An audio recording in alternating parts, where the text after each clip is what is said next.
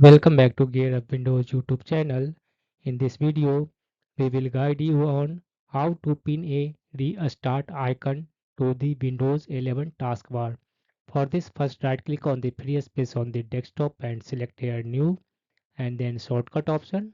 In this one location box, all you need to copy and paste this one command. Shutdown a space slash R a space slash T a space slash 0. This command will be available in this video description also. If you need, you can copy and paste this one command. Here 0 is the timer. That means when you will activate this one restart shortcut, Windows will wait for 0 seconds. You can change it to any value in seconds according to your choice. Then click on this one next button. Name it restart and then click on this one finish button.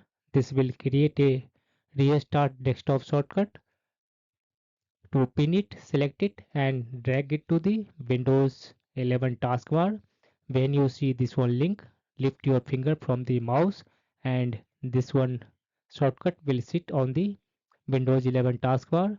To restart your PC, just click on this one restart icon in the Windows 11 taskbar and your PC will restart immediately.